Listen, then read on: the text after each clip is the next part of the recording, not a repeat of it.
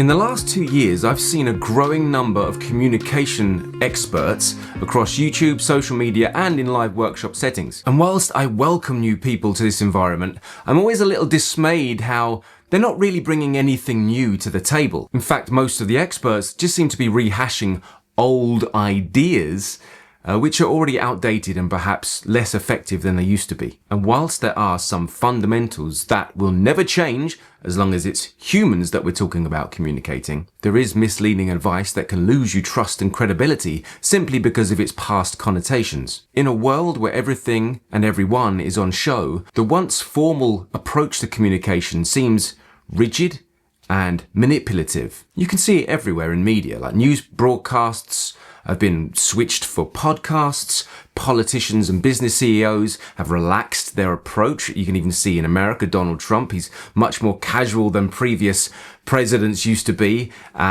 Business CEOs are now speaking and doing more TED Talks, and actually part of their job, it is not just running the company, it's also becoming part of the brand. And that means they've got to connect on a human level. And I'd argue that in the past, all good communicators have done that, have been able to speak like a human, very naturally, very almost like they're in the room with you and they're speaking directly to you. So it's not a new skill. It's just that the training seems to be so formal and so precise and so rigid in a sense that I feel we need to get rid of that and some of those tropes and ideas that the trainers and communication experts are still stuck in. And why else are people like Gary Vaynerchuk and podcasters such as Diary of a CEO, Stephen Bartlett, and of course Joe Rogan so popular? It's because despite what guests they get on, they manage to speak to them and get the humanity out of them. They let down their guard, their barriers, and we know who we're really dealing with. And that's why these platforms, I believe, are so effective and so powerful. It's also probably why reality TV is proven so popular, because we don't feel we're being lied to. We don't feel like it's set up. We believe these people because we're seeing the real them. And it's important to remember in 2026. If someone is being deceptive or manipulative, we know it, don't we? Don't we? You just do. You get a feeling about this. You don't always say to yourself in your head, oh, well, I don't trust that person because of the way they're standing or because of the way they're speaking. But intuitively, we understand that they're not being honest or not being natural. And if someone's trying to cover up what they mean by saying it a certain way or using certain tropes or standing in a certain posture, we kind of automatically now get it.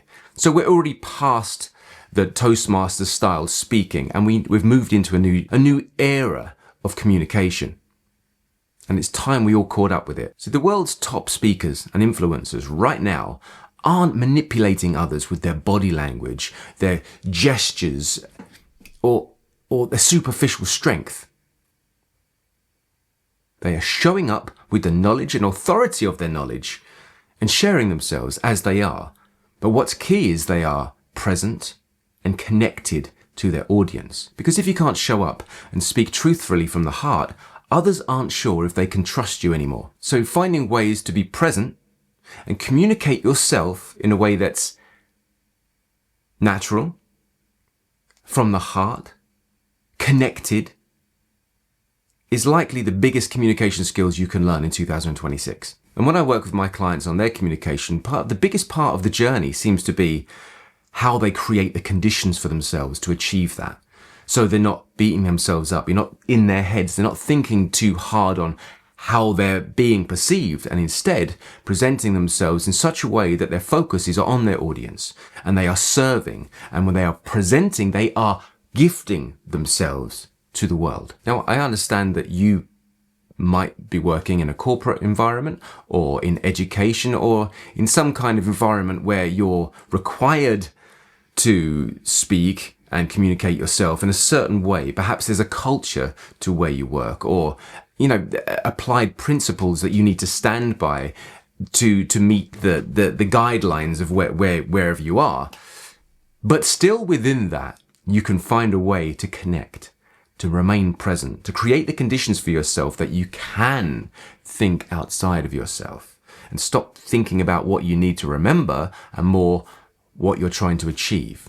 Remember, good communicators have always, throughout time, no matter what the genre or the trend of the time is, they've been the most relaxed, the most self-assured, and the most present people in the room, able to step aside their own ego and focus on their audience. When we adopt superficial gestures, body language, and perhaps structured tropes that don't necessarily represent who we truly are, or how we really want to communicate, or what we really are truly communicating, our body unconsciously knows that we're lying to it. And if that happens, if there's any conflict inside, if we feel that this is a bit rigid, if we feel that this structure, is kind of limiting us, is holding us back, other people feel that too. They see the conflict inside. They see the nervousness that comes from that conflict. And we feel uncomfortable and we don't trust. We lose credibility. So creating the conditions is of vital importance. In this video here, I go through my 30 years of experience as a communications coach and actor and performer, so you can learn also to speak with clarity, confidence, and ease. See you there.